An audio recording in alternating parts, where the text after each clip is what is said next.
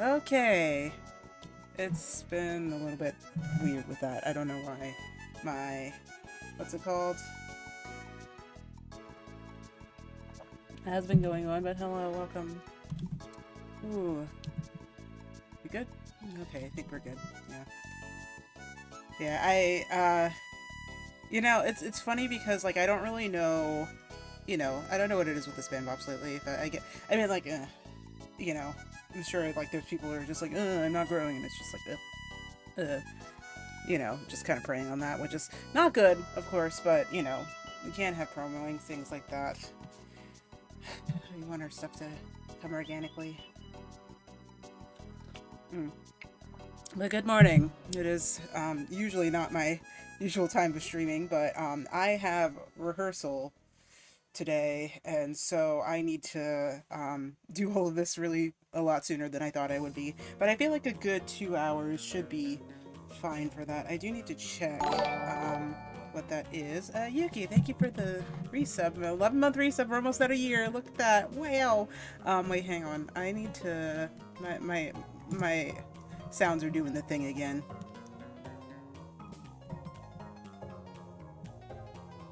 My sounds are doing the thing again. So that was actually a good test for that. Let me see here. Sometimes I just need to reset them. I might need to reset my capture card too. Do I have my remote? I do have my remote here.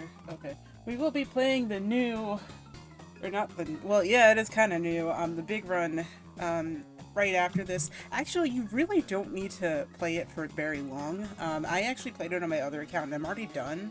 But essentially, like, we'll talk about it when you get there, but there's just like a couple of other things that are kind of different about it. By the way, if you see little specks in my face, I did my skincare like shortly before this, so I'm a little blah blah blah on my face.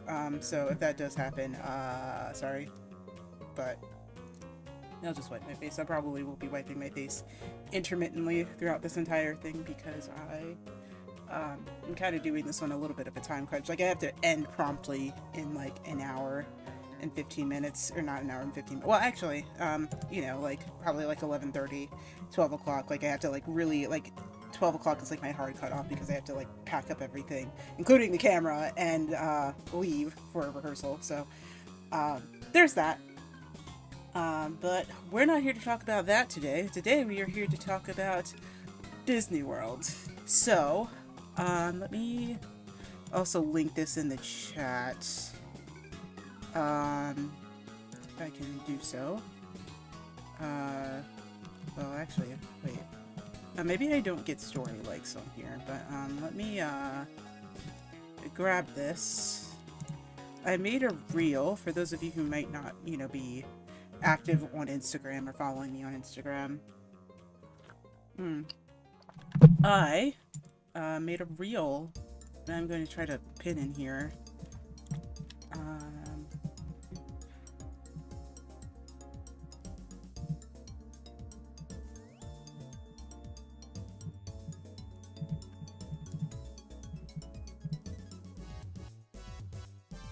Let's do this really quickly. And then we can just pin this as an announcement. Let's give it. Did I do 60? Yeah. Yeah. Oh. Okay, 30 minutes. Fine. Fine.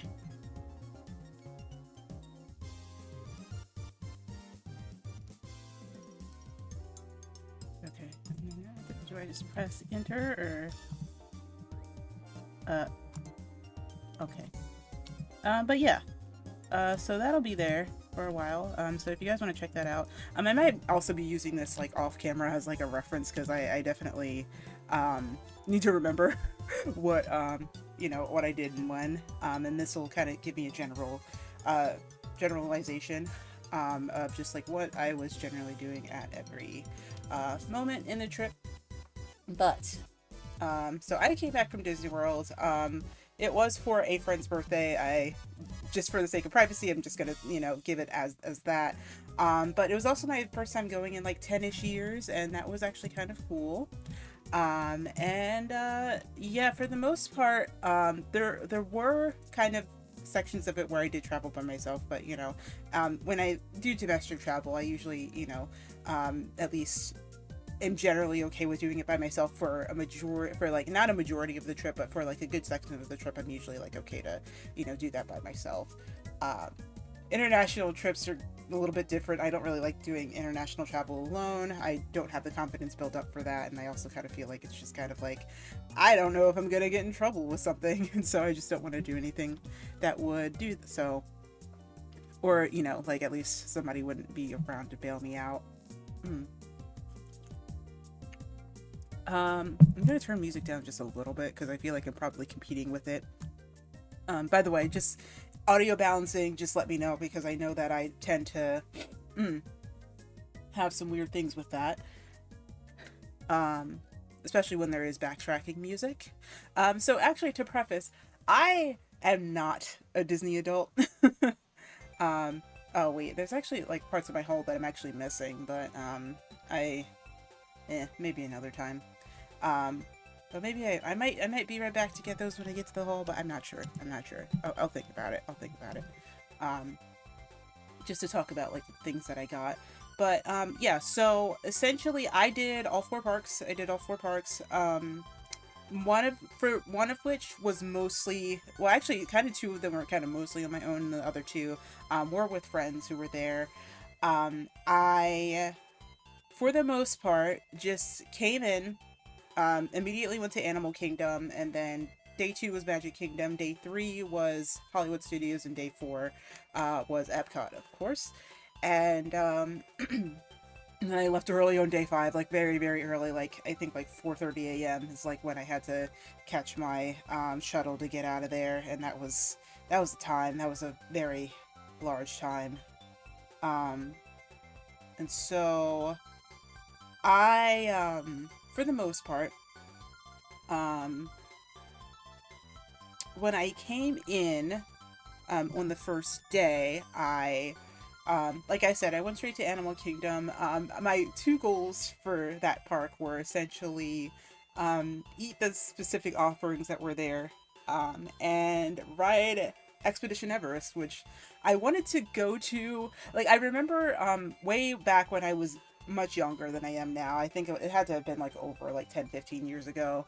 Um, but it was something where I um, really wanted to ride the ride, but I just, for whatever reason, didn't get to. We didn't go to Animal Kingdom. We kind of just spent 2 days in Magic Kingdom when I was there when I was much younger. Um, and so when so like my number one goal was to actually like go ride Expedition Everest. It was okay.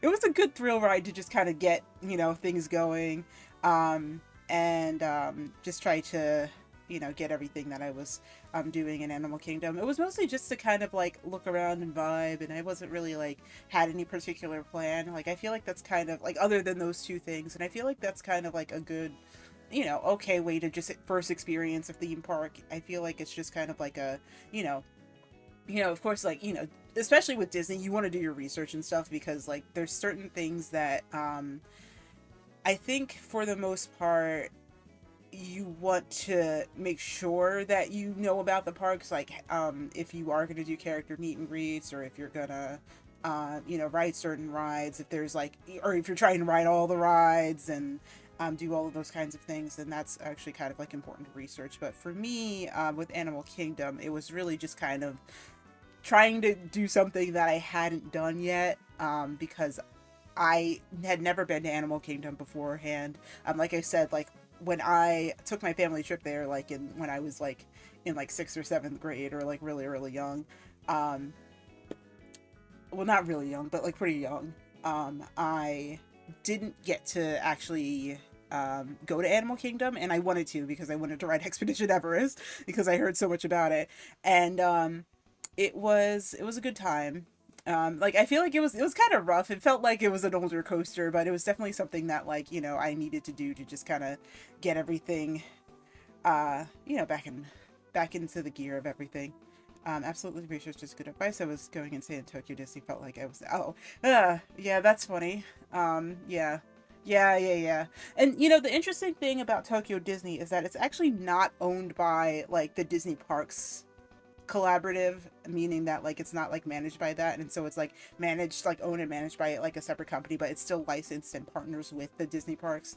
So that's an interesting experience. um and I'll talk about like my general advices for like Disney parks like in America, as opposed to other parks. Well, I'm not really sure if Disneyland Paris is part of it. I think my understanding is that Disneyland Paris is a part of Disney parks, but I'm not really sure. I don't know these things. I know people who do know these things, but I am not one of them. But yeah, Expedition Everest. I've spent a lot of time on Expedition Everest. But like the funny thing is, like once I got off of Expedition Everest, I didn't know what to do. Like you know, like after that, it was kind of just my opportunity to wander around, take it all in, just kind of have a chill day before everyone else showed up to the trip. And that was really nice. I felt like that was like a really you know, nice thing for me to be able to just kind of experience and just, you know, experience the park just as it was. I think the other thing that, what's it called? The other thing I did, I had like this cookie sandwich. And like if you guys don't know, Disney World specifically is in its 50th anniversary celebration. So for right now, like everything, there's like special like 50th anniversary iridescent um things that are like all kinds of like, they're like, I think the main colors are like rose gold and like navy blue. um and yeah, yeah, like, and so like pretty much everything's kind of like that. So there's this cookie sandwich that's massive. I had a picture on it on my Twitter. I didn't really get to, like, I started tweeting and then I just kind of stopped tweeting because like it just kind of like I had to kind of prioritize making the reel. And you know, the reel is linked and it's pinned in the chat there, but like essentially there was like this giant cookie. I don't know if I can probably like send it, or just maybe I did post it on Twitter and I can probably find it that way, but it was giant. That was like the one thing that I was just like, you know, maybe I should have tried to split this with somebody, but like there's no way that I would have been able to do that. Because you know, for this particular park I was alone. Let me see here. Um, but yeah, it was definitely something where I was like, wow, that's that was a big cookie. Um, yeah, here it is. Let me see if I can put it on screen here. I think what I'll do is I'll just pull these two things into a different screen, and then maybe I can probably put it on here. I don't know.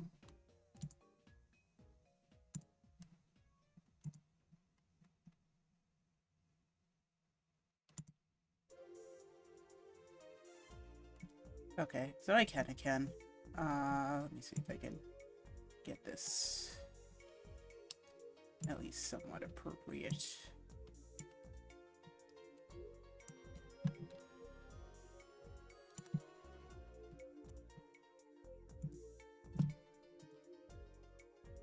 Okay. I think this will probably help. Some of my stuff will be cut off, but yeah, that was the giant cookie. Um, Maybe I should finish tweeting things out, but that's probably something for a different time. But yeah, this is the giant cookie. It's huge. It's literally like one of the biggest things ever. And it was just like I spent so much, like, it doesn't look as big as it is, but like if I had like put my hand near it, it was about the size of my hand. And so just trying to like get all of that. Yeah, it does look like a cake. It's two like double chocolate cookies sandwiched into what's it called? It's two double chocolate cookies sandwiched into a hang on. I was like, listen, the screen was back there.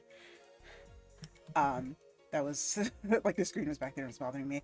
But yeah, it was two like chocolate chip cookies, like two double chocolate cookies, just like sandwiched in between vanilla ice cream. And it just had like all the iridescent sprinkles on it, and it was just very ridiculous. So yeah, that was that. I know that for the most part, I did spend a lot of the time eating. And I think for a while, I was mostly just kind of, um, just hanging out. I think the one thing well, okay. I have to remember, I feel like the only other thing I really did after that was, um, maybe go on the safari. I don't really think I did anything. I don't think I did anything else. Like, I didn't really, like, have any huge, like, desires to go on anything other than just, like, a couple of, just, like, a couple, like, go to certain shows. Like, I'm mostly, like, a shows person.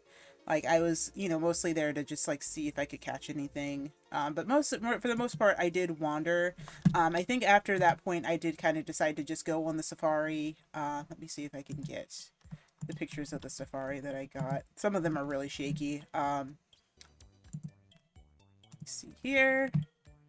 We can see here that, yeah, there's there's a hippo, a couple of birds, a rhino, and yeah, a lion. There's a giraffe. Everyone saw the giraffe in the reel, because of course they did. But yeah, yeah, they have a couple of things. They had cheetahs. And I was very surprised about that. There was ostriches. There was a whole flock of flamingos. Flamingos used to be like my favorite animal when I was a kid. I don't know. I just thought they looked cool. Um, and yeah, there was like they had a good variety of animals back there. Hmm. But yeah, that was pretty much um the whole thing. And I think the whole thing about that, like the whole discussion about it, was that they were reminded you of the new Pokemon, huh? Yeah. Um yeah, I think like the whole thing was that they were talking about how like conservation is important at the end of the tour, and how everything was um kind of just like a whole thing that we all have to kind of be conscious of. And yeah, sorry, I had to text my mom about something.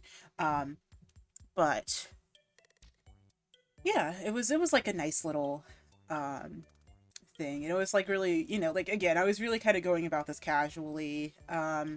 Is there anything that I feel like I was missing? Not really. I saw Kevin from Up. So she actually walks around. Kevin is a mother. She walks around just like very like at various times of the day. I only really saw her once. But it was a little nice thing because I guess the thing to preface is that I got there at like 11.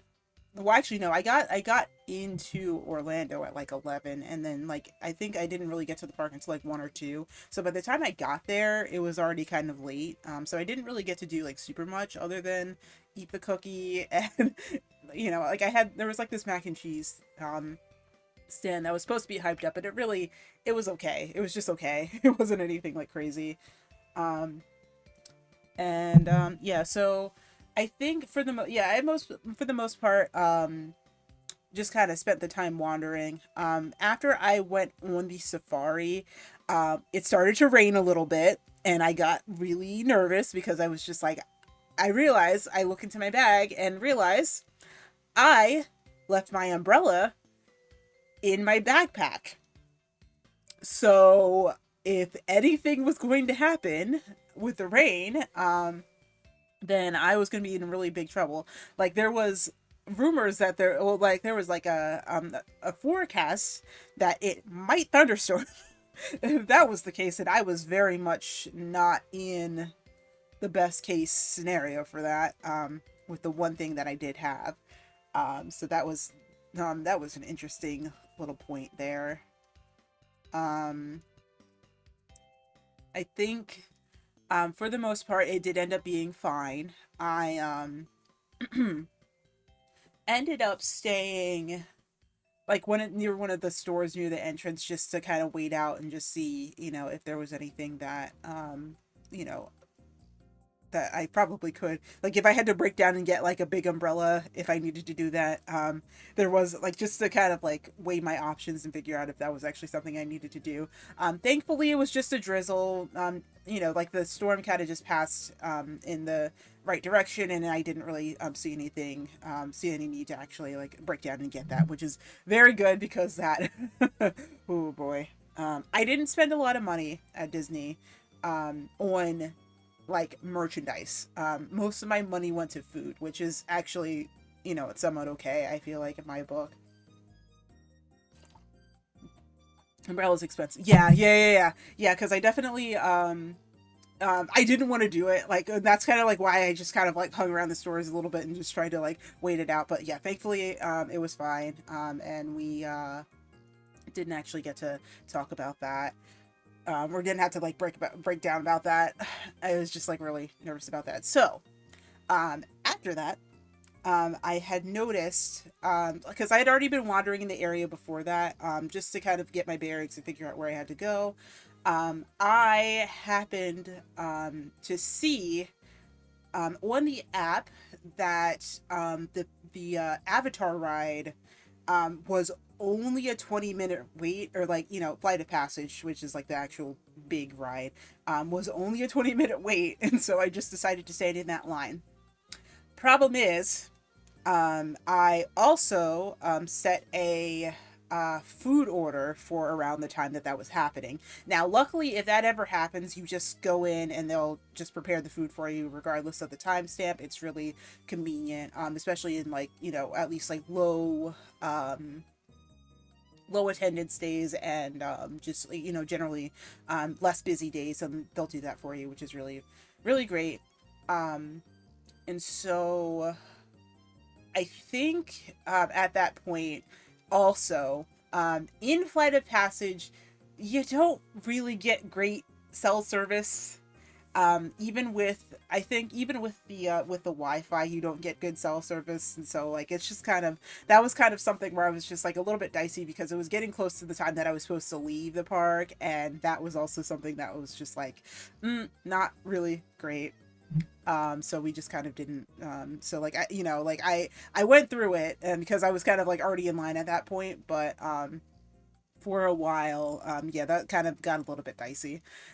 And but it was a good ride. It's like a 3D, like, well, actually it's like a 4D immersive ride, which is actually, it's really cool like that.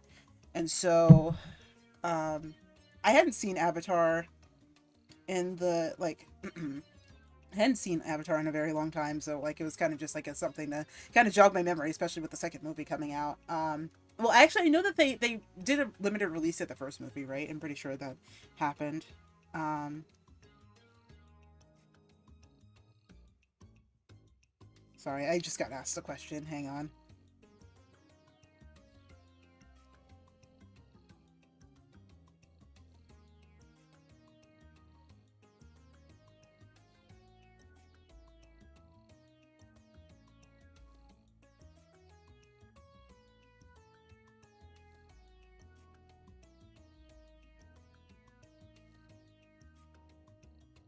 Okay.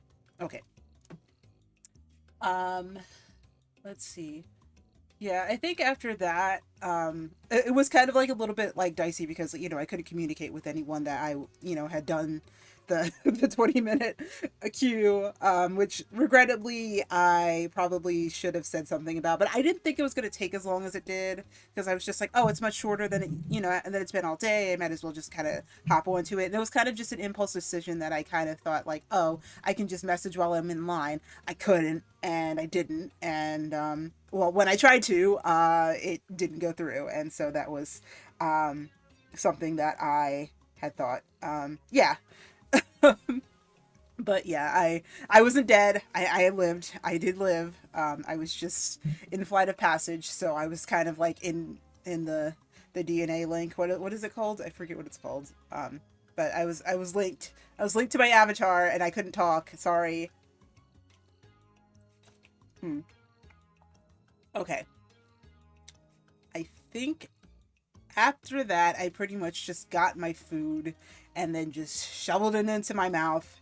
And then I caught like the nighttime show. I caught a little bit of the nighttime show.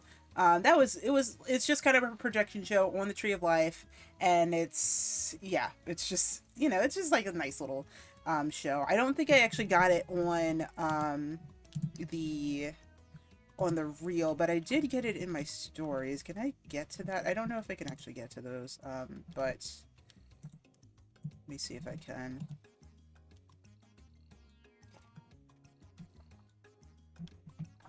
I don't think I can get to those on here. But yeah, that was something that had happened.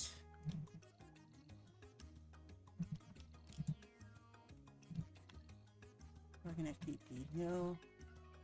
No, I cannot view my archive on here, but yeah, I got a little bit of it. It was on my stories, and maybe I'll make my stories into, what's it called? Into like a highlight just so that those are preserved, but maybe not. Not sure. But essentially, it was kind of a, oh, wait, no, I'm completely forgetting about Festival of the Lion King, which is like really fun. So I think shortly before I went on to Avatar, there was the last showing of Festival of the Lion King, which is essentially like it's just kind of like goes through most of the stories in most of the songs in the Lion King, and it's set to there's at least like four. There's a group of four singers that go and they kind of tell the story, like kind of present all of the songs from the Lion King. It's a really cool show. It's like it's also they bring out these huge floats that go into the four corners of the room, and they it's kind of all like done by like acrobatics, guys who are gymnasts who are dressed as monkeys, and they jump around and do all kinds of crazy acrobatic stuff, and acrobatic and gymnastic stuff, and it's really cool. It's a really cool show. And then there's also like there's these two dancers that are dressed as birds and they fly around, and yeah, stuff like that. It's really a cool show. And that was nice. That was like a nice little thing. I know a lot of people were waiting for that to come back like after the pandemic because it was something that had gone away for a while. But yeah, I am mostly kind of like a show person, like I said, so that was kind of something that I wanted to at least check out in a little bit. Either that or the Finding Nemo one, which I unfortunately didn't get to, but it's okay that I didn't. So yeah, so then Pandora, um, um, Avatar ride, shovel food in my mouth, get to the get to the end of the park, and park closed, and yeah, that was the end of day one, or all that I'm going to talk about at that point. Um, oh wow, I've spent like 20 minutes talking about that. Whoops. Okay, I might have to speed run day two, or just like in general. So day two was Magic Kingdom. We essentially parked, took the monorail over, the standard fare. Well, we had the choice between the monorail and the ferry, which was something that I didn't. Well, no, that's not what I want to say. I think, it was kind of going to be the general, like the same general, time. So we took the monorail over and took the ferry back. And, at the end of the night, but that's, at the end of the night. And then for the most part, Magic Kingdom was mostly just trying to get on as many rides as possible. Now we did get the Genie Plus Lightning Lane section for that, and that did end up coming in handy. But I kind of, and I'm going to say this, I don't feel like we possibly should have used it on Peter Pan's flight, but I get why we did. There's there's a lot of things in Disney where I don't know why the queues are as long as they are. Just personally, just personally, this is a personal thing. And I think this is something that was discussed for a while because like I know there was Peter Pan's Flight. There's a couple of rides that are just have like abnormally long, just like I don't really know. I think what I'm trying to say is like unexplainably long queues. Um, Probably just because they're in air conditioning. And I just don't really understand why this is a thing. But like yeah, like Peter Pan's Flight is one of those which like the queue is just very long for. Um, and then Slinky Dog Dash in Hollywood Studios is also another one that just has like a very, very long queue, and I'm just very confused as to why the line is so long for those specific rides. Other than, you know, just oh, they're classics and like I get that, but why? I don't know. I don't know. Maybe it's just a me thing. Like I guess I'm used to just having like uh thrill rides and stuff like that. And so Genie Plus, I did mention it very briefly, but yeah, we also did have no idea where how Genie Plus worked. But basically, we we went in, and like we kind of just went into it and realized that like, you know, that just kind of gives us a lightning lane so that we can just kind of skip the line and stuff. Um, so the thing about that, and this is something that we learned after the trip, you can book a lightning lane every 2 hours. Every 2 hours.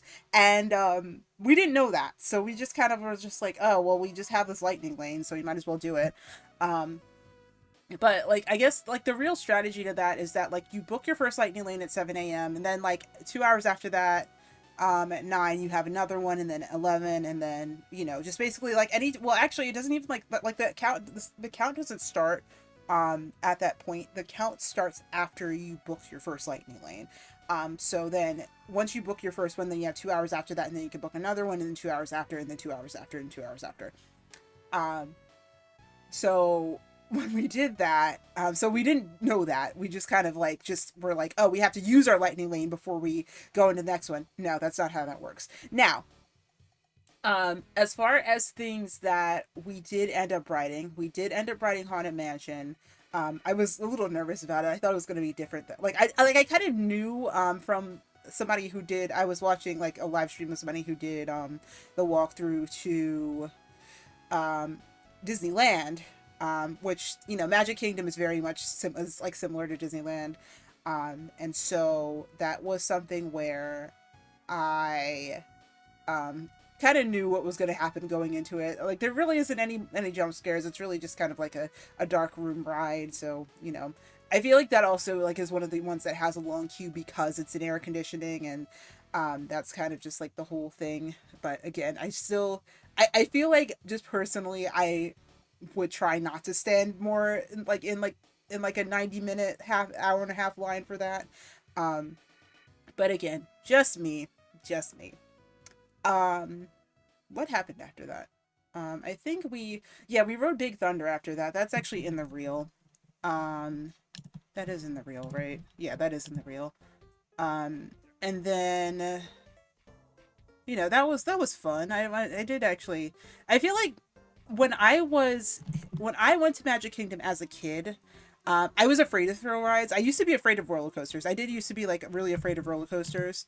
Um, and that was kind of something where I was just like, you know, when I was a kid, I was like not about it, but now I'm just like, oh, Big Thunder Mountain, let's go.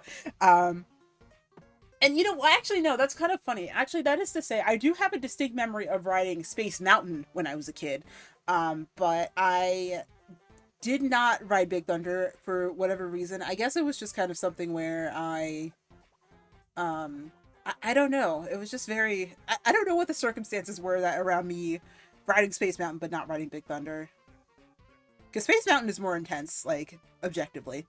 But yeah, so that happened. So we rode 2 out of the 4 mountains. So we rode Big Thunder and Space. We did not ride Seven Dwarfs Mine Train. And, you know, thinking back on it, with how Genie Plus actually works, and now that we know Genie Plus, how Genie Plus works, we probably would have booked a lightning lane for Seven Dwarfs.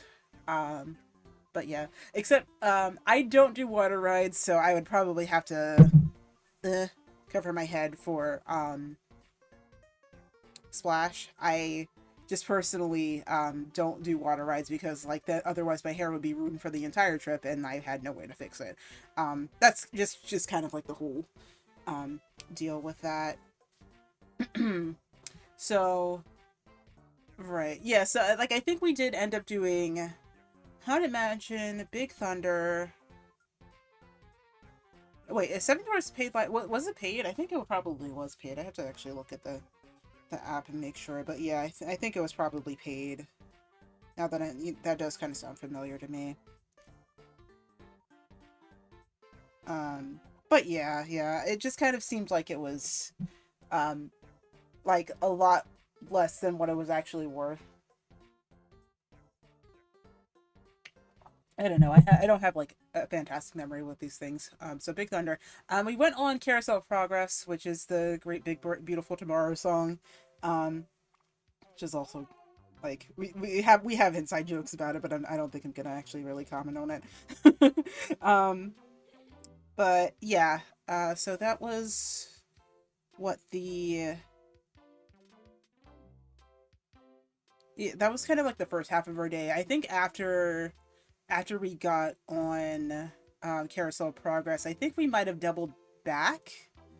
I think that was yeah. We had gotten lunch and then get on the carousel, got on the Carousel of Progress, and then after that was when we started to kind of just um do our lightning lane for Peter Pan's flight, and then just kind of get on as many rides as we could. We got Space Mountain was soon after that. It had like a 20-minute queue, so we kind of just ran to it.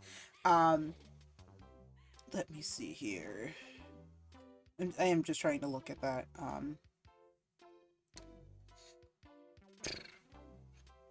Yeah, okay, yeah, that is the paid one. Yeah, so that's kind of part of the reason why we didn't get into Seven Dwarfs, because it was just like I didn't want to like we didn't want to pay like another like $15 to get the actual paid lightning lane, even though we because like Genie Plus itself costs $15. 15 it will actually cost up to 30. Like if it's a slow day, then it's 15, and then it's up to 30 if it's like a really busy day. um and then so yeah, so we just decided not to get on it because it was just an extra cost. um let's see. And then what happened after Peter Pan's flight? I think yeah, that was Peter Pan's flight, Space Mountain. Um, we did Teacups at some point in there. Dumbo's flight we also did. I have to think. I might be missing one. Might be missing one. Uh, just in general, we got on a lot of rides. That's the point. We got on People Mover. People Mover was the other one. That I didn't mention. Was there anything else that I'm trying to think of? We got Dole Whip. I was like, I think that was the one time we actually got Dole Whip. We didn't actually get much Dole Whip otherwise. Dole Whip, for those of you who don't know, is just essentially like soft serve sherbet, fruit sherbet, essentially. And it's just like you can get floats of it. You can just kind of like get it on its own. It's nice. It's good. It's good. And I got like a raspberry. What did I get? It was like a raspberry lemonade swirl. Maybe it wasn't lemonade. I don't feel like it was lemonade. Raspberry vanilla? Raspberry lemonade? It was a swirl of something.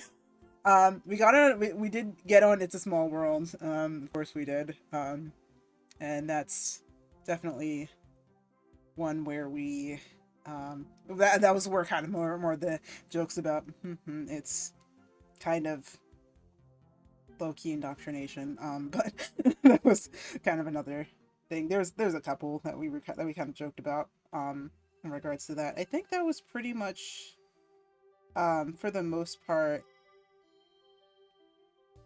most of the other things that we did. I think the one thing that I kind of do regret that we didn't try to get a window for was Jungle Cruise, because because around this time of year it actually has a holiday overlay. Like the thing is, like the rides that have the like big holiday overlay are kind of going to be like the really high priority rides. And so a lot of the times with trying to do that, it seemed like what's it called? Like, it seems like most of the people who have lightning lanes are gonna try to go there. We have next year. I, you know, I've been trying not to like mention that you were part of the trip, but yeah, Judy was part of the trip. I that's all I'm gonna say. I'm not gonna say like anything else in regards to that unless, you know, she wants to actually share more. Um, Let me see here. I'm trying to think if there's anything else that we potentially went on that I might have just kind of forgotten. I feel like that was the only thing. But yeah, like things that have holiday overlays are gonna mostly be in high demand because they have the holiday overlays. I do regret us not getting a lightning lane for that. Now that we know that we can book one every 2 hours, that was kind of like something that that like, you know, that like I feel like we probably should have used the lightning lane on because it's definitely something where you know, the queue was long, like basically the entire time the park was open. That is to say, we did end up having a much shorter day at Magic Kingdom because this time of year they usually have a holiday party that they usually do, and that is actually a separate admittance fee, which is about the same time as like about the same cost of a park ticket. So that's something that's something to note. um yeah, Mad Tea Party, I think for the most part there were already like, there were a couple things that were, I know, were down. I think Winnie the Pooh was like completely down when we went, but it's back up now, it looks like, now that I'm looking at the app. um let's see, was there anything else ride wise? I feel like not. I did kind of joke about wanting to ride Space Mountain again, but it's fine. I love Space Mountain. Space Mountain's so fun. Um, let's see. I don't think that there was really anything else other than like foods. There's a really good fruit waffle. Let me see if I can get the fruit waffle. The fruit waffle is so good. Oh my god, I still think about that fruit waffle. Hang on. I think that was like the last thing I tweeted. Oh yeah, I did actually get a picture of the the light show. That fruit waffle. Oh my gosh. Ah, fruit waffle. Listen, that fruit waffle was so good. I want to make another one. I want to like get the stuff to make it because like I don't know why, but it was so fire. It was so fire. But yeah, the fruit waffle. But that was like the first like thing that I ate. And then I think like I just had like chicken tenders for lunch just because I didn't particularly feel hungry because I had 2 waffles and, you know, a whole bunch of fruit, and I still had this orange juice. I carried around that orange juice like all day. I don't know why. But yeah, that did end up happening. Let's see here. What else did I have that day? I think at some point, but actually I don't think we even ate dinner there because like I think, you know, because the thing about it is that the park, yeah, like I said, the park closed early for the holiday party, so we didn't actually get to eat a lot, like, you know, we didn't really eat like a ton of food there. The last thing that I did end up doing, and that I have a little bit of footage from in my story, like again, I think I am gonna like revive my story just as like a like revive my stories from Disney on Instagram just so that I can pull them up as references. But yeah, that was something where I there's like the Adventure Friends Cavalcade, which was like the one thing I just like really was just like I gotta see it, because Mirabelle's in it. Mirabelle, for those of you who don't know, is like actually kind of my favorite Disney character. Like Encanto is kind of my favorite Disney movie now. It was so good. Like if you haven't seen it, like I don't know what to tell you. Just go watch Encanto.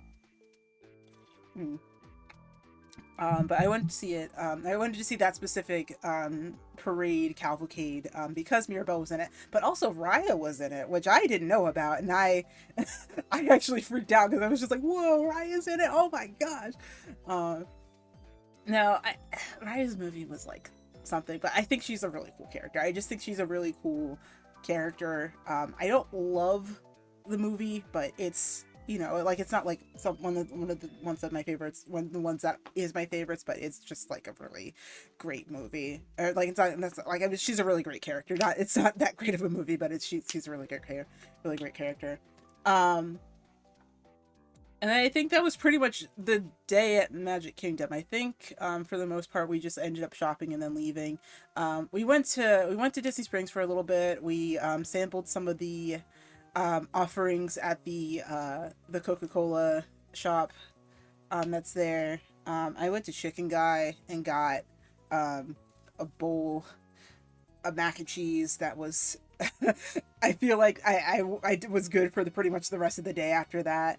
And then we just kind of went to the larger store, the larger Disney store down there, and just kind of, you know, did just kind of did a little bit of shopping around. I didn't really get super like I said, I didn't actually end up getting like super much. I got like a lot of pins and like a keychain and a shirt and like one shirt, but like I didn't even really for a lot of the things I didn't actually spend like a ton of money on a lot of things. But yeah, we just kind of spent the rest of the night shopping and stuff. And yeah, that was pretty much it. Um that was pretty much it for day 2. Like I said, we took the ferry back and, you know, monorail there, ferry back, and that was pretty much day 2. So day 3 was Hollywood Studios, and honestly, it's hard to really pick between Hollywood Studios and Magic Kingdom.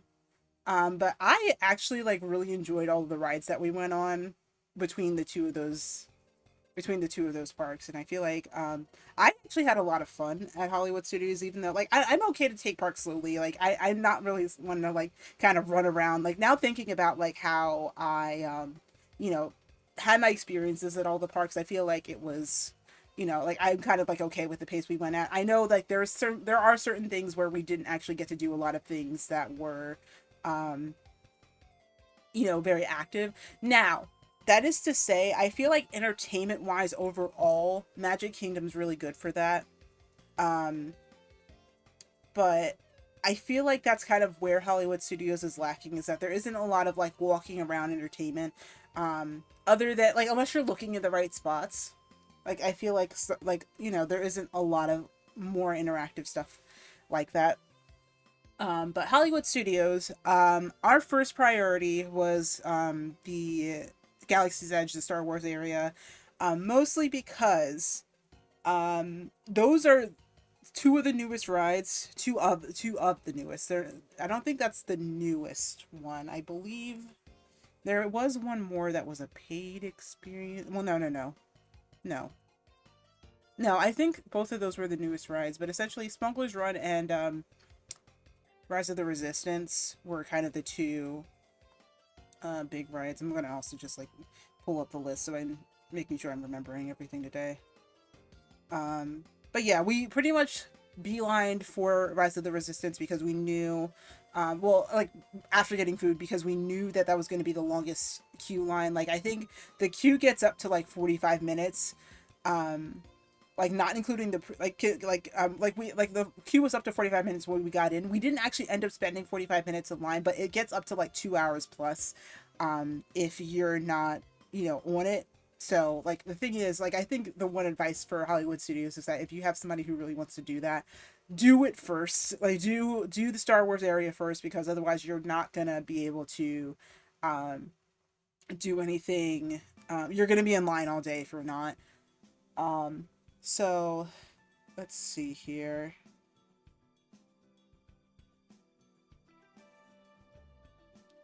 Yeah, Rise of the Resistance right now, if I'm looking at the line at like 11 a.m. is 125 minutes long. like it's no joke. But it is like honestly like the experience of it, like I feel like I would want to ride it again just to kind of like have that experience one more time. But it's just it's so crazy. Like you go like you're like you know you're part of the resistance. You go in the ship. You go in the ship for the expedition. You fly out.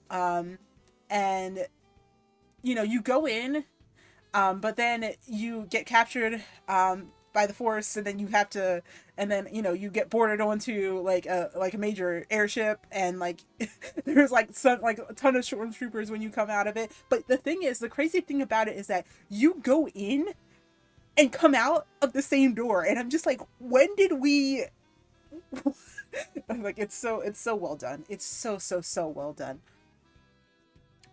So you go in, um so like you go in, you're taken as prisoner, you and like the whole thing is that like the staff, the cast members, the staff are all in on it. So like you get boarded in by, you know, the resistance cast members, and then and then when you come out of the ship, you know, that same door thing that I was talking about, there's another set of cast members in different uniforms for the force, and then they take you into your prison cells, which are just kind of the boarding rooms. But like it's so immersive, and it's just like kind of like so it's like I was scared. I was literally so scared because I was just like, wait, like I know, like I knew like it was like kind of like that was the boarding room, but like it was just very very scary. I was scared. I was just like, wait, they want us to go to the next room. I don't know anything. I'm sorry. I was very scared. Like, it was just very, oh my gosh.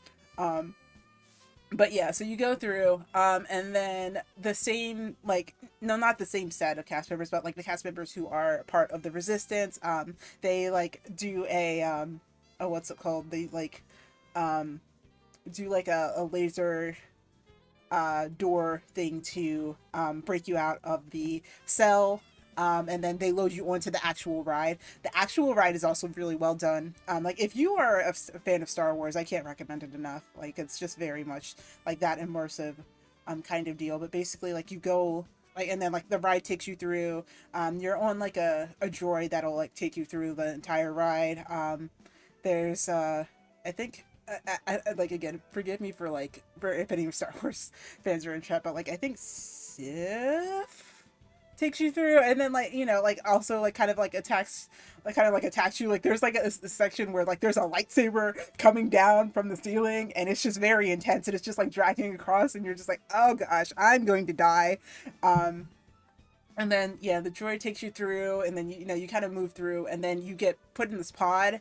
The only like real like intense drop, but essentially like you get loaded in, and then you drop out, and then and then like that drop ship just takes you all the way back to the park. And then you're at the park again, and then you just kind of deboard out there, and then you know like that's kind of the end of the ride.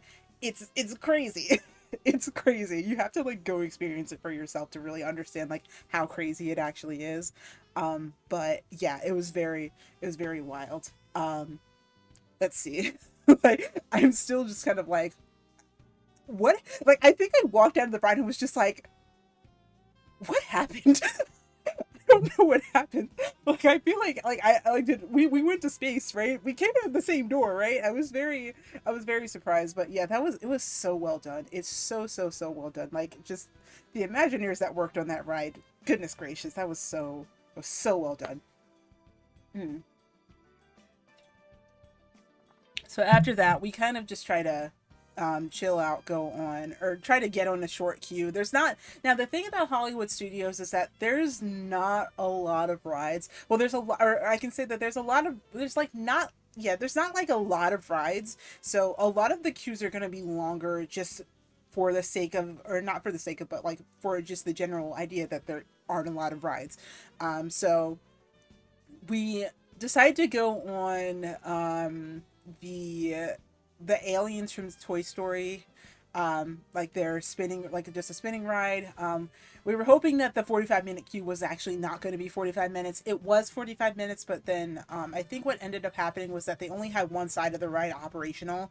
And that's kind of contributed to as probably as to why it was actually as, you know, longer than it actually was. But when we were up to ride it, they did open up the extra side, and I think after that it was probably moving people through at least at least at a faster pace than it would have been.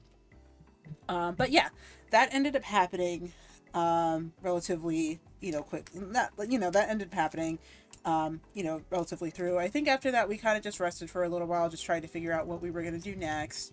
Um, we were trying to wait for Tower of Terror and Rock and Roller Coaster. Those queues at that point were kind of just way too long to really do anything about them. So we decided to get lunch in the Toy Story area.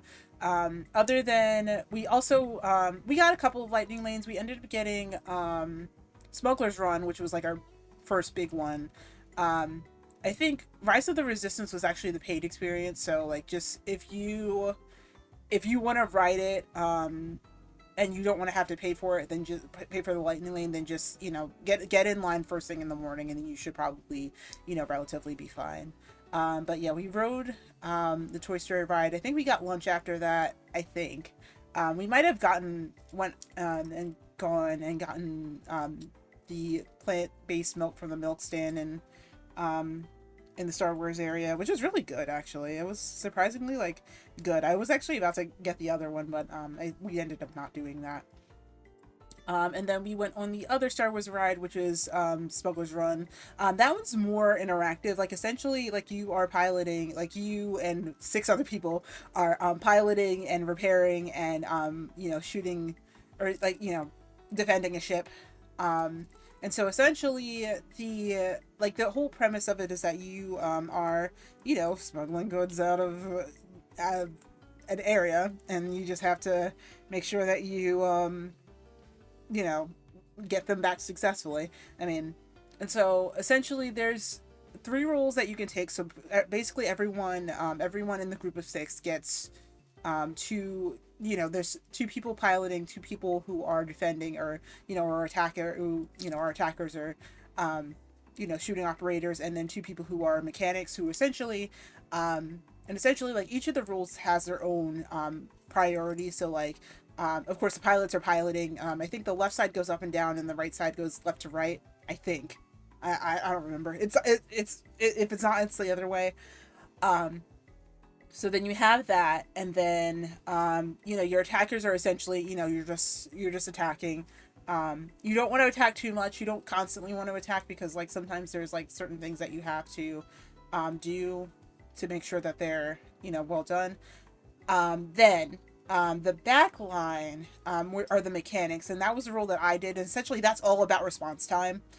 So you just have to. So when your buttons light up, you just want to make sure that you are pressing them as fast as possible. And that was fun. I definitely, if I wrote it again, I would definitely want to try to get the other role.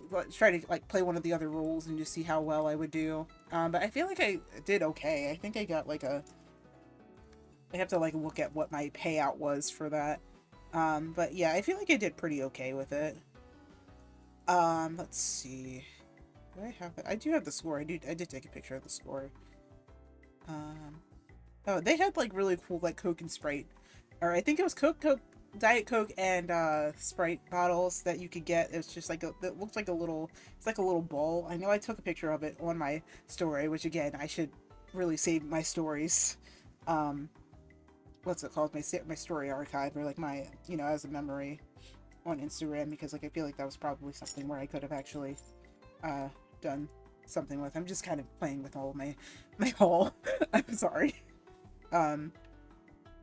But yeah, let me think. Like I think I got like an okay score.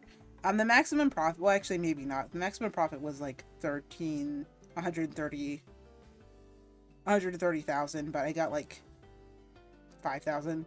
Okay, maybe I didn't do as well as I thought I did, but it's okay. I feel like I did okay. I did relatively okay. But yeah.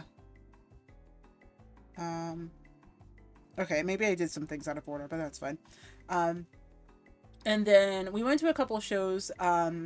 We went to the Frozen sing-along, which honestly, it's funny because like I feel like that sounds a lot less exciting than it actually is, or like, but like honestly, the Frozen sing-along was actually one of the highlights for me because it was just so funny. It was so funny. Like you think that it's just like, oh, oh, it's a Frozen sing-along. Here's the thing.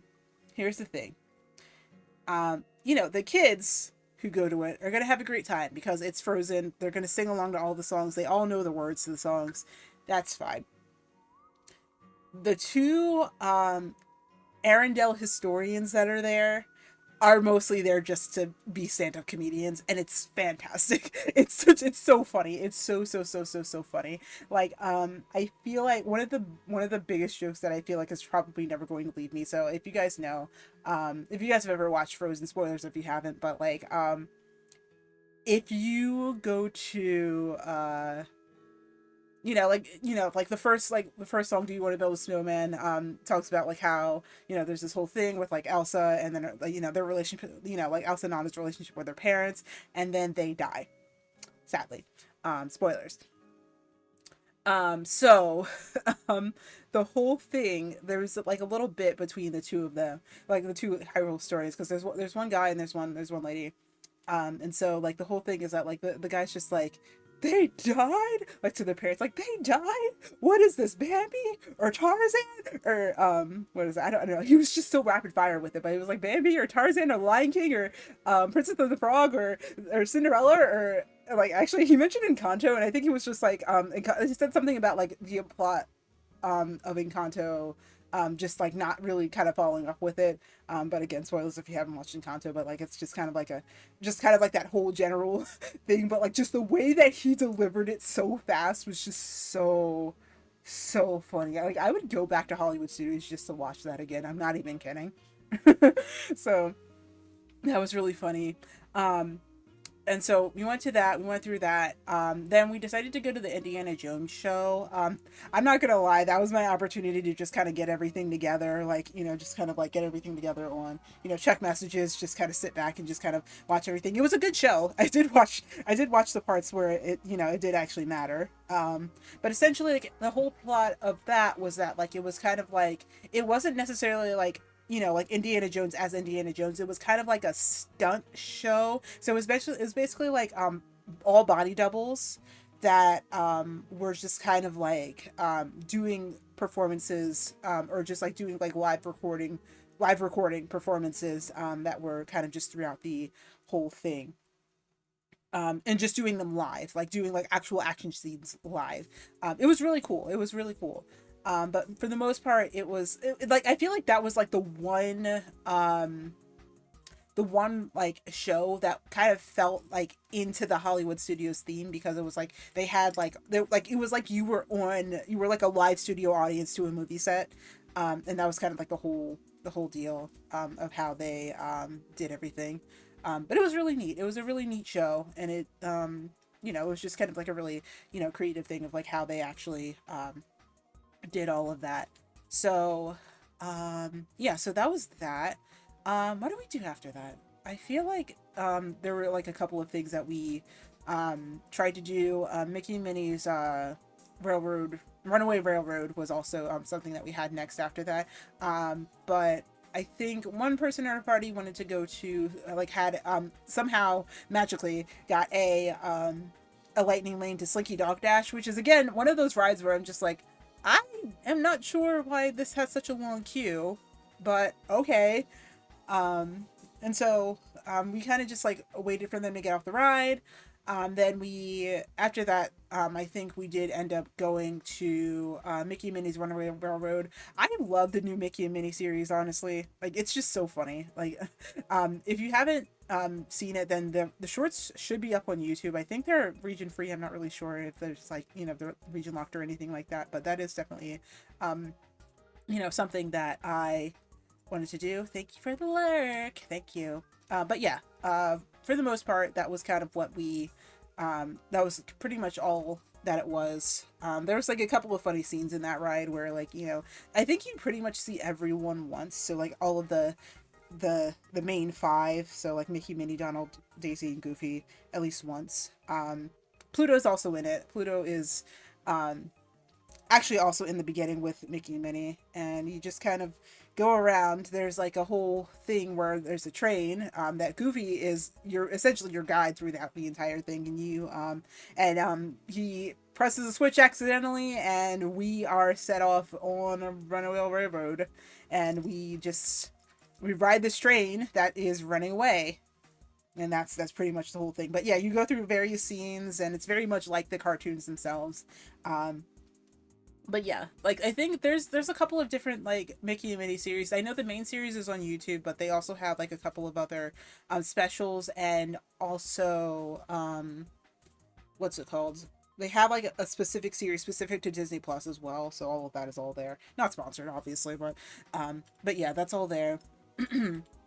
And then I think after that was Fantasmic, was the new Fantasmic that they updated with Spirit, Elsa, and from Frozen 2, and Moana, who were also there.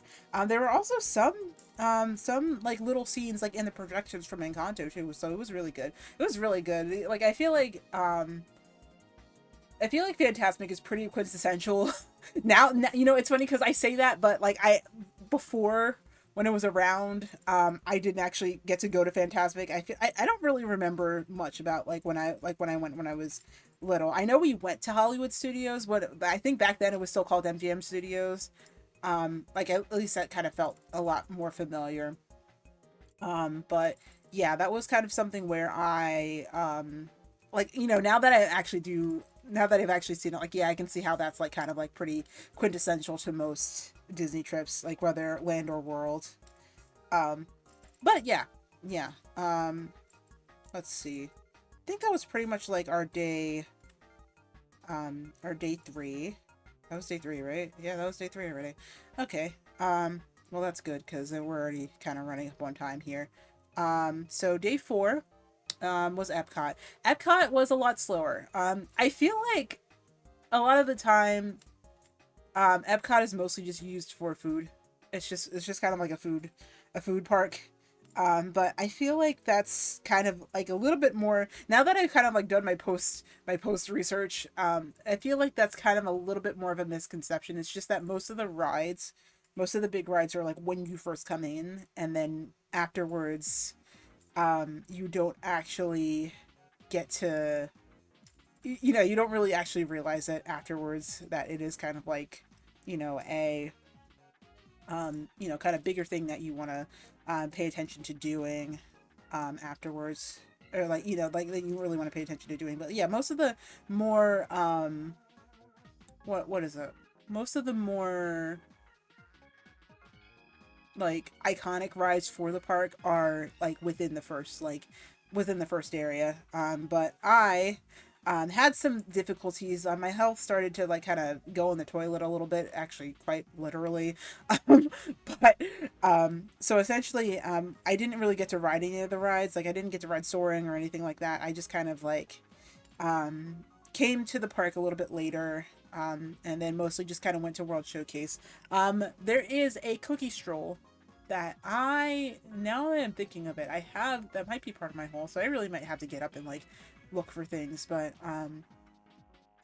yeah, there's a cookie walk that you can do, where you kind of go around, and then like certain booths in the World Showcase will have cookies that are representative of their like region's specialty, or holiday specialty, for the, you know, for the year. I ate a lot of cookies, and these were not small cookies. These were not small cookies in the slightest.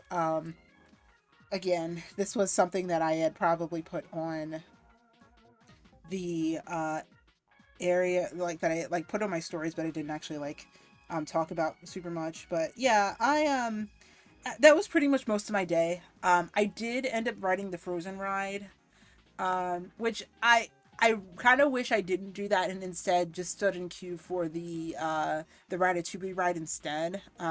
Because the the um the ride for Frozen is actually a water ride, and I didn't know that going into it. I just saw, oh, Frozen, so it must be okay. But yeah, it was very, my butt and my head and my everything just kind of got a little bit more soaked than I would have liked it to, and I kind of had some difficulty there. But it wasn't super, you know, it wasn't anything super bad. Like I just kind of figured if I was going to be bored, I was going to be bored in the line. Um, just to kind of like not be eating constantly. Um, but yeah. So that was pretty much it. We didn't really do a lot in Epcot. I feel like when we go back at some point, um it's probably going to be a lot more probably more ride focused, or try to be and like, you know, character meet and greets and stuff like that. So yeah, that was pretty much the Disney trip. I left at 4:30 in the morning the next day, and goodness gracious, honestly, I feel like now that I did that, I feel like that was probably the move, because like it seems like flights got delayed pretty soon after that, and it was just kind of a little bit crazy. Um, hmm. All right. Well, since we're at the end of the talk, I spent like what, like 30 minutes on that, 30, 40 minutes on that, which is a lot more than I expected to. Um, I'm gonna go ahead and do haul, but I'm gonna have to go to be right back so I can see if there's anything else that I'm missing. I will just be right back. Like it'll take me like at least like 3 to 5 minutes. Just give me a couple minutes.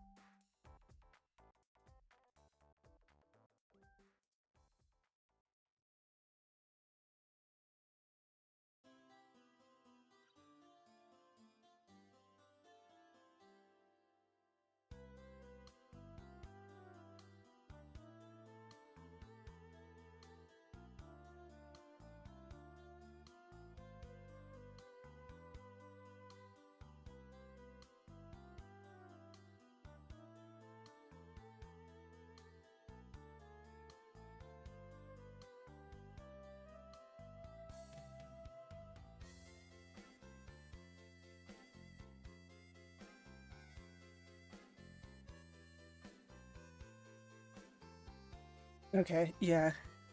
Got it. They're just not. Yeah. Yeah. Yeah. So, um, yeah. So, basically, that is kind of the point as to why we went when we did, because like, it seems to be like that 1 week between Thanksgiving and like Christmas holiday time, like right, like you know, like up until this week is pretty much like the only week that you can go where it's like low crowds, and like for whatever reason people are like not there as much. But yeah, that is something that you definitely, that like is definitely like a good time to at least go. Like it's just like the lull, like the calm before the storm for that, for the parks. So that is something. But yeah, okay, so haul time. Um, so funny thing enough, the first thing in my haul was actually something that I kind of bought on the trip, and that is my turning red ears. So these were the ears I wore on day one of the trip, because I didn't have ears. I was actually Disney bounding May. If you did check my Instagram story, that was something that I was doing. I think I have a picture of it. Wait, actually, did I post it on Twitter? Did I post it on Twitter? I feel like I might have not posted on Twitter. Oh, no, I did. I did. Let me see here. Get back to streaming, chat and face cam. There we go. But yeah. So you can see my May Disney Bound, and then I wore these with them. I had a shirt underneath, so I kind of just mostly just wore the shirt for the day and just kind of tied the sweater around my waist, just so that it kind of made sense. I think that was actually kind of a look that she does in the movie too.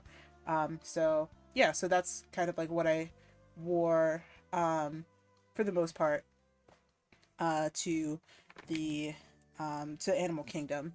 Um, Now this isn't haul, and like everything after this isn't haul. It's just kind of like, you know, just kind of going over ears I wore that day. And then these are my Elena of Avalor ears. They're a little janky. They're a little janky. They're wearable, but they're a little janky. In fact, I do actually have to glue back on the the bow to these because it is kind of hard to really make this, what's it called? Try to make them at least like kind of coherent. They're not very well put together, but it's fine. You know, they serve their purpose. But you know, the front piece is a little heavy, so that's just kind of something. Day three for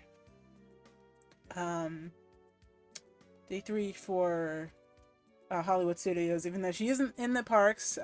These are based on Mirabelle, very loosely. Actually, I should probably transition back to main camera, shouldn't I? But yeah, these are based on Mirabelle. I had some Disneyland Disneybounds planned for them, but they kind of fell apart. I had for it, but you know, yeah, they kind of fell apart a little bit. My machine is kind of broken, so that's kind of like why I didn't get to do that. And then day four, these are my favorites, honestly. These aren't ones that I bought at the park. The only ones that I did buy were the Turning Red Ears. But these are all, you know, independent artists that actually kind of make these, and these are like kind of my favorites. They look so shiny, like they're iridescent, and they're huge actually. Like if I put these on my head, it's like it cuts them off my entire, like they're cut off pretty much. So yeah, so let's see. The one thing I bought in Animal Kingdom was actually for a gift. So I'm not going to show that. Let's see, day two, I got a couple of pins here. I actually didn't really buy much. Like I said, I didn't buy much. But I got a couple of the park pins. This is actually a can I get that? A Tiana pin that, you know, you have it this way, but it also has a magnet on it, and so essentially it looks like that normally. That's what it looks like normally. Is that like it has it, and then like Tiana's also like in the inside of the pin. It's nice. Then I got this one. This is another one. There's like independent designers that also kind of go through and designed an outfit for all of the Disney princesses, and then this one also is magnetic, and you can see Tiana has a alternative outfit on the inside. It's all gold. It's really nice. And then there is this May keychain that lives on my bus pass for right now, or my pass for right now. But let me see if I can get that to focus. But yeah, so it's Panda May on one side, and then Human May on the other. Yeah, it's really nice. It's nice. Nice little keychain. And then after that, I think like this was either, I feel like this was either Epcot or maybe this was Hollywood Studios that I got these. Actually, yeah, no, it was. But I got these 3 pins. I got one for Alice because I have a weird tie to Alice in Wonderland, and multiple times in my life. I don't know. It just kind of like is like a story that kind of just continually like just kind of comes through every so often in my life. So I got an Alice pin. And then have another Panda May pin. If you haven't seen Turning Red, I don't know what to tell you. It's really good. But yeah, there's another one. I think her tail is supposed to move, but actually, I don't even think her tail is supposed to move. I think it's just kind of like the way that the pin is. And then, for those of you who have really, really known me for a very long time, High School Musical pin. I don't know like what else I can tell you other than High School Musical pin. So yeah, so that's also something that's there. For Epcot and for the Cookie Run, they give you a festival passport. So you can see here, I don't know if that'll at least focus. But yeah, so there's a festival passport, and then this essentially also has the guide to the holiday cookie stroll. So you can see all of my, if camera would focus or adjust, yeah, that it has all of the cookies that I got. So you can see that I got the Fairies cookies here, and then you get one cookie at the end for free. So it's essentially like a $15 little thing, and then you get a cookie, and then you also get this Guardians of the Galaxy pin.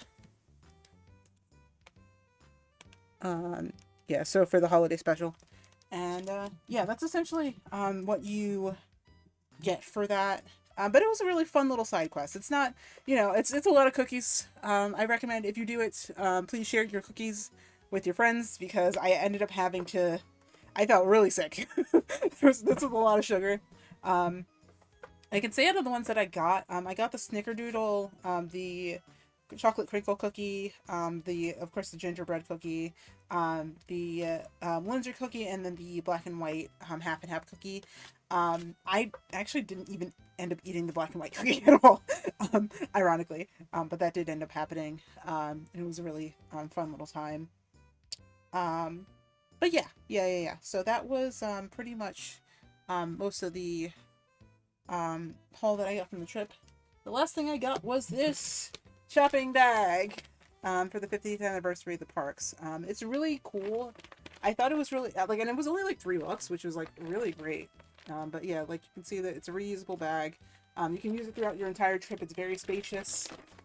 This one was I think they had ones for $1, $2, and $3. Well, actually, I think the smallest one was $1.50.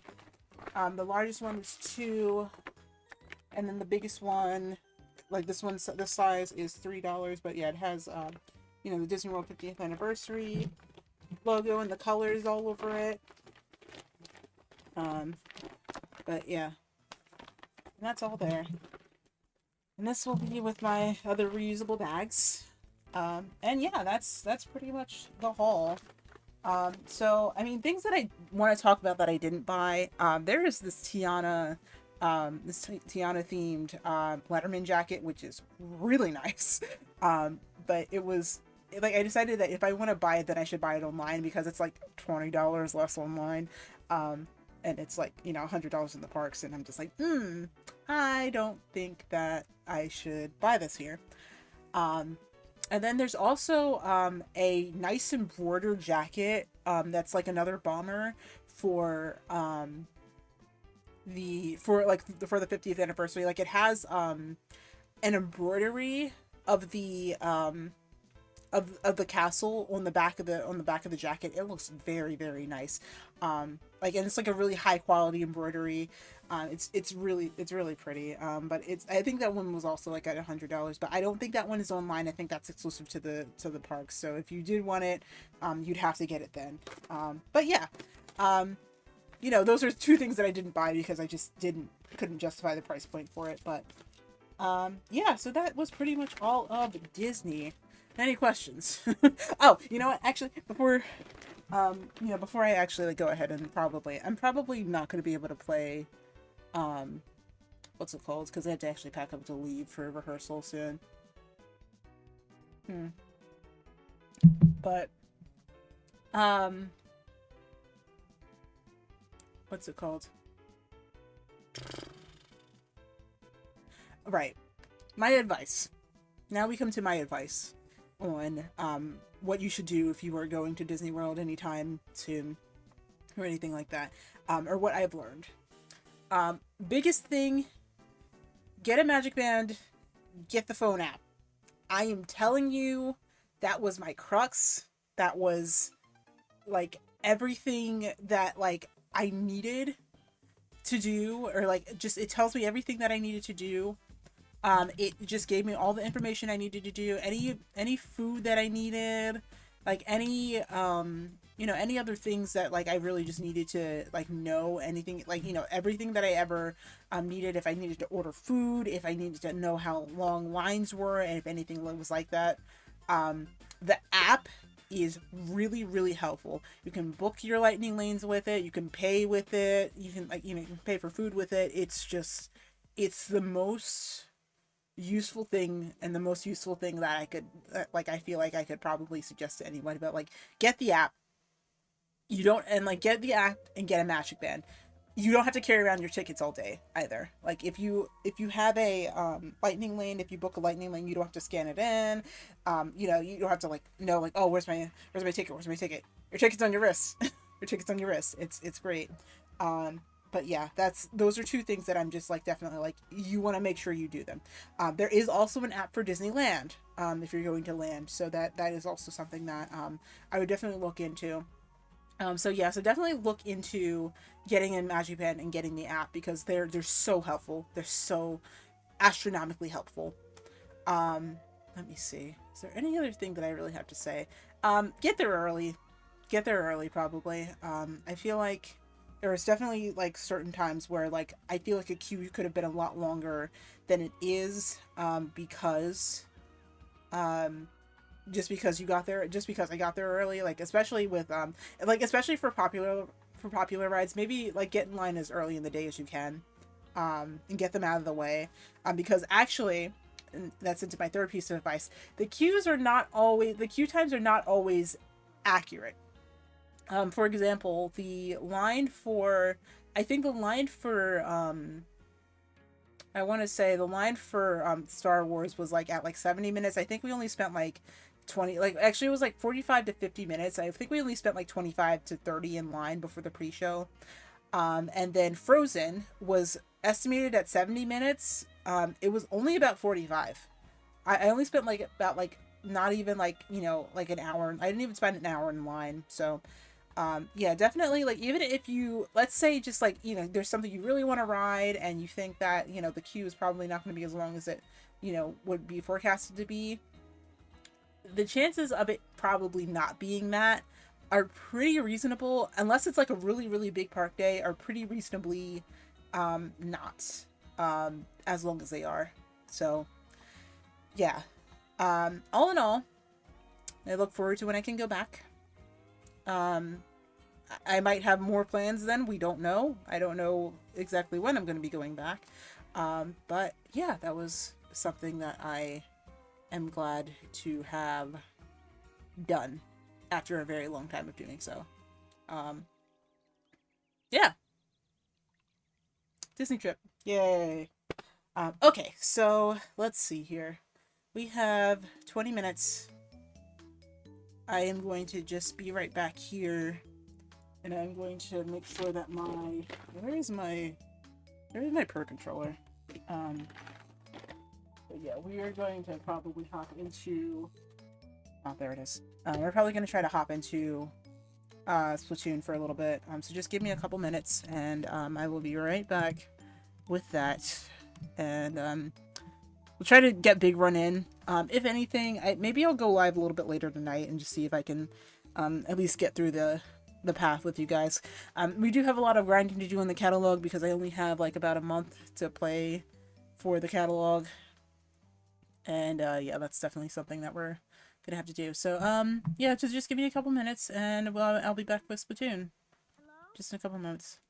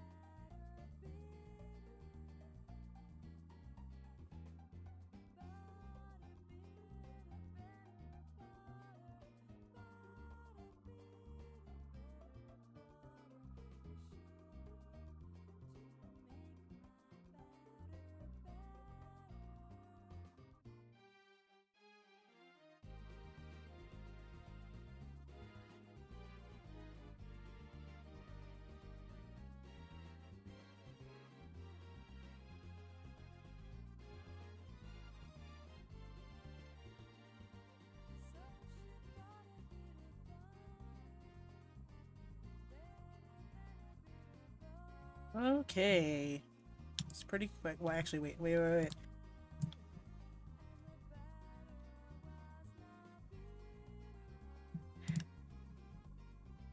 Did I unmute? Okay, I did. I was just like, I just kind of realized I didn't change my title.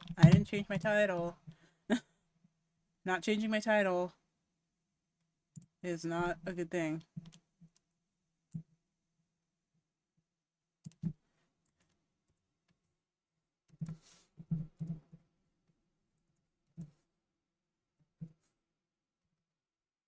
Oh wait, I gotta turn down my TV. Oh gosh. Forgot about that.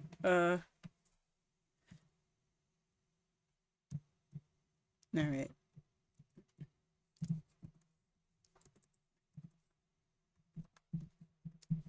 Okay. And then...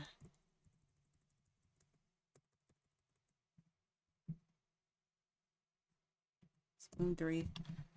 Okay, alright. Alright. We're ready. At least I think we're ready.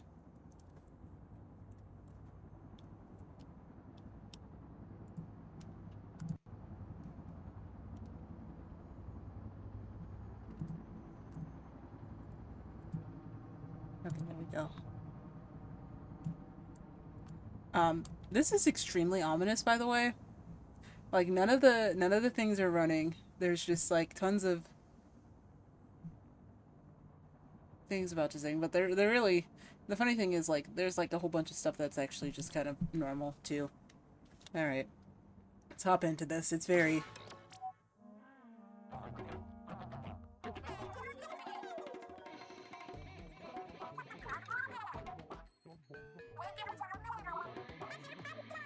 That's not the music. That isn't the music. Am I muted? No, I'm not muted. Okay.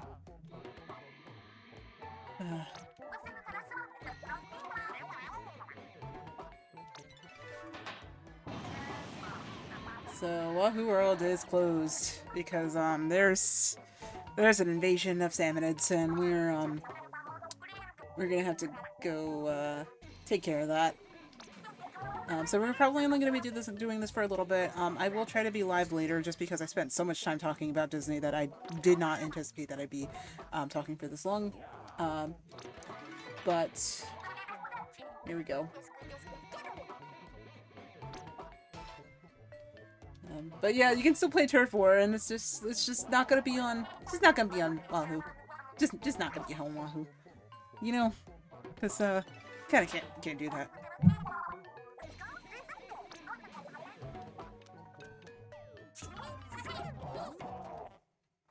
Also, the music's all distorted, and also it is dead silent.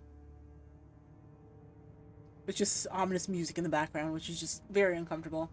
As you can see, there's none of the planes and the usual tracks that are going around, and there's just simply helicopters and all of these stickers and stuff. There is a helicopter up here. Like, you can actually see it if you are, if you're up on this top thing here.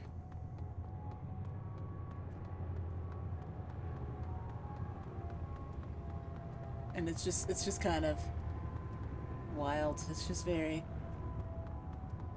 I hope your mom didn't leave you at Wahoo World, but yeah, you can see that there's a, oh, what's it called up there?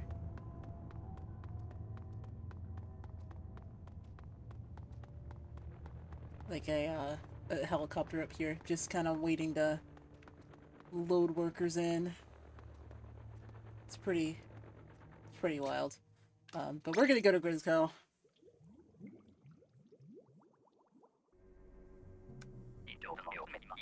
Welcome to Grizzco Industries, and congrats on making the kind of sound business decision that future you will no doubt appreciate. Bleh. I can read. I take it my advertisements for help with the big run have been effective. We are somewhat short-staffed at the moment. You've come at just the right time. You are aware of the big run phenomenon, yes? Where salmon stray from their own turf and invade our city? It is business critical that we prevent the salmonids from damaging the city. Stopping them is no small task, but Grizzco employers are willing to risk it all. The primary objective of stopping the salmonids just so happens to dovetail nicely with our core business model, collecting golden eggs. It's all about synergy. Now, we at Grizzco recognize the risk associated with this challenging task. That's why we are increasing our payout for all top performers. Hazard pay. We've even prepared a special decoration for everyone, regardless of job performance. For more details, just press minus when you were talking to me before a job. This has been productive. I'm looking forward to seeing what you can do next with this what you can do with this opportunity. Good luck. Yeah. So yeah, we're here. Now it is essentially it's just kind of the same thing. Um, see if I can get it here, but like yeah, essentially, you just kind of take it over. Now there are more bonuses. We're not gonna get to those right now. In fact, I think we're gonna probably just do one run, do one successful run, and then head out because you know I do have to leave soon. But yeah, so essentially you get your high score, and then you know you get so essentially like the top 50%, the top 20%, and the top 5% all get a special trophy item, and then you know you kind of just go for it that way. So the whole thing is that you're just trying to get like as many golden eggs in a run as you possibly can, but of course it's on Wahoo World of all things, so there we go. All right. This is also dead silent. I don't like it.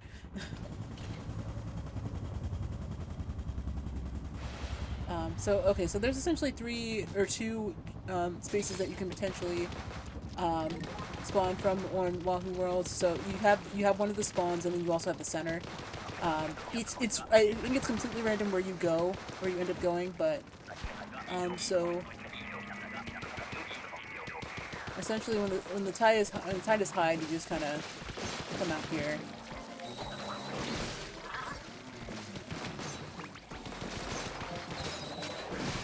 But it's just Salmon Run, just on Wahoo World. Can I get on you?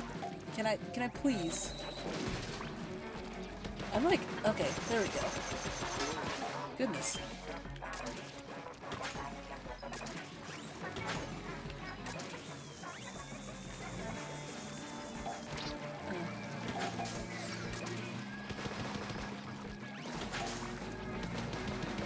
Oh yeah, you get the Omega-3 cover of clickbait, which is very interesting.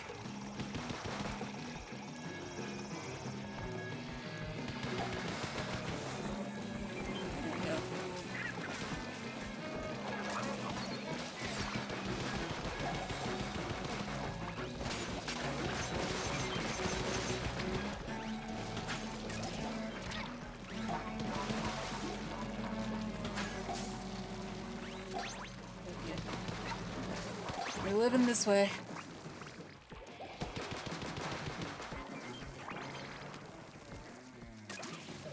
Yeah, so it is actually about getting golden eggs into the thing.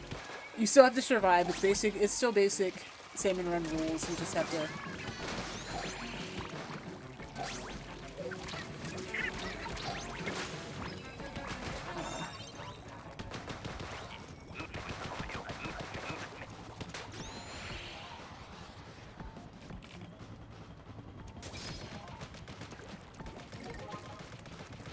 Okay. It looks like we're staying here. Sometimes it'll just jump you to the middle, and sometimes it'll just jump you to spawn. It all depends. It's all dependent.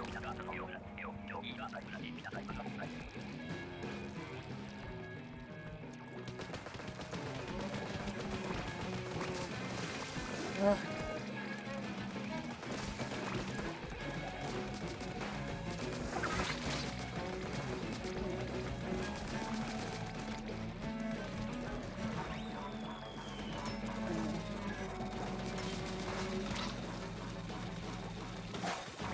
I'm gonna try to get this big guy over here.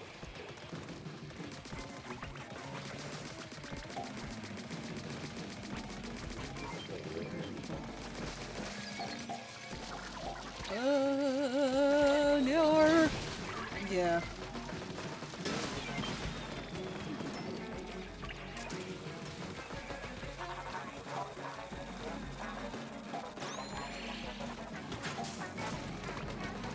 Okay.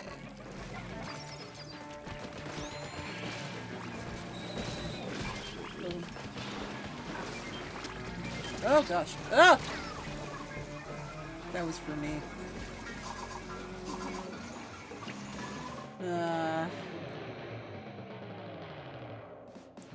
Alright.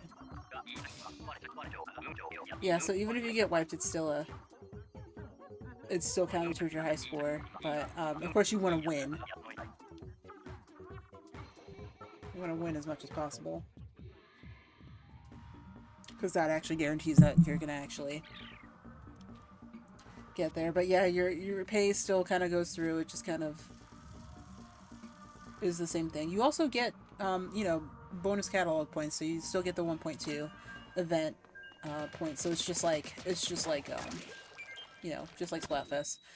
You don't get the nice gotcha pools, but it's okay.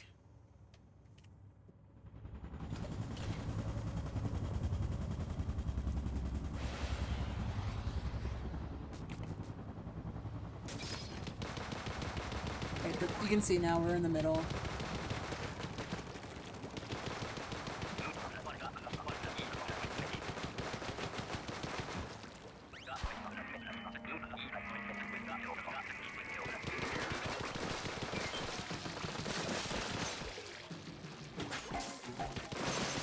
But yeah, you can see it's basically like a random rotation, just on one of the multiplayer maps. Oh, it's me. Oh, it's me. Okay.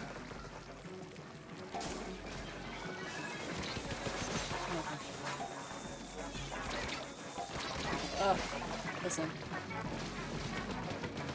I got it in. That's all that matters.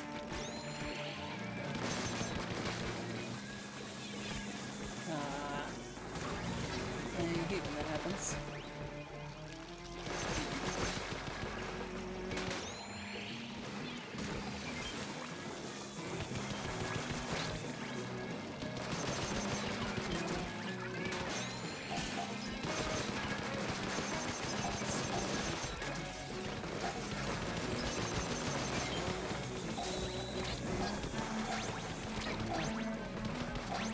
Seems to always be a flyfish somewhere.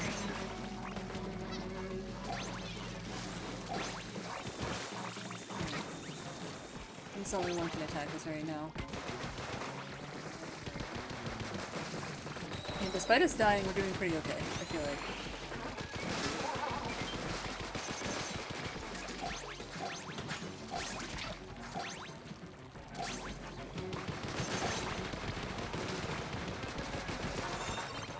Cool.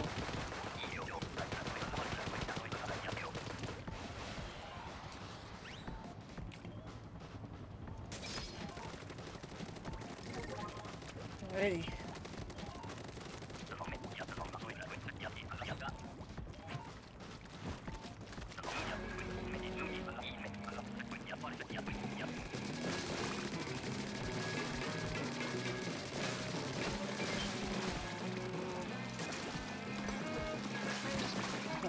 No. The problem with this little problem with Wahoo World is that we can't really swim across this. We have to walk, which is annoying.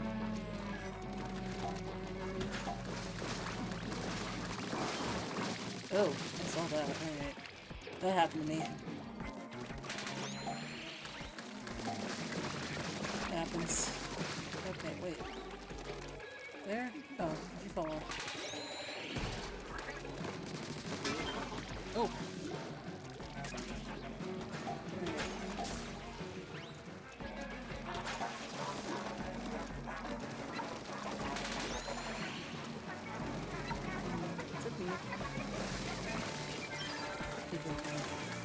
It's hard to tell.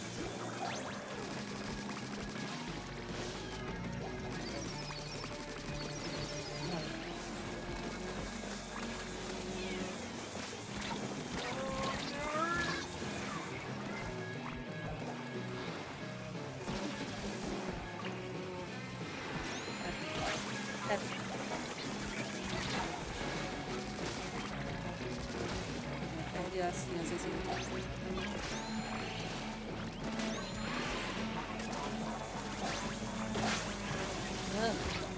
Ah! Alright. And come to Papa Little Eggs. Alright, but yeah, you can see now we're on the other side. So it spawns you to different areas depending on where you are.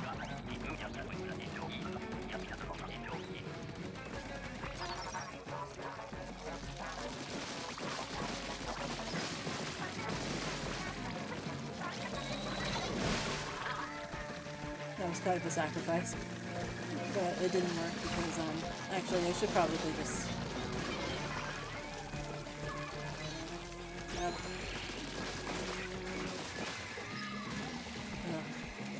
Where?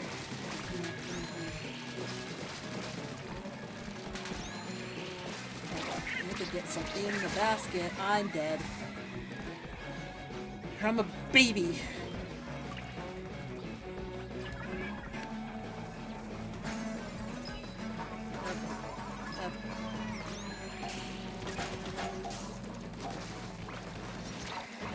You.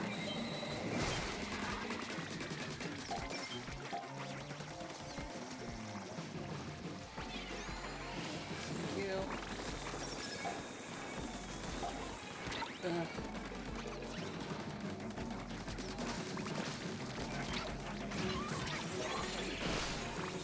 I hate that they can bump you out of the way. I really hate that.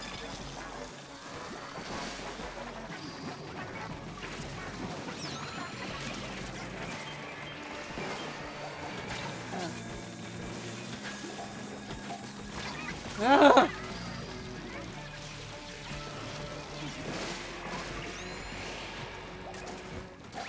Oh! Oh my god. That was rough. Honestly, over here is kind of rough, I have to say. Alright guys, well, it looks like that's pretty much all I'm gonna have time for right now. I am gonna try to be live with this a little bit later, but I think that I'm gonna have to run out of here relatively soon, so appreciate you guys coming. Appreciate you guys hearing me ramble on about Disney World for a little bit. I'm gonna, like I said, I'm gonna try to be live with this a little bit later, but it seems like I'm probably not going to be able to do that, at least at this point. So I'm gonna put my ball up there.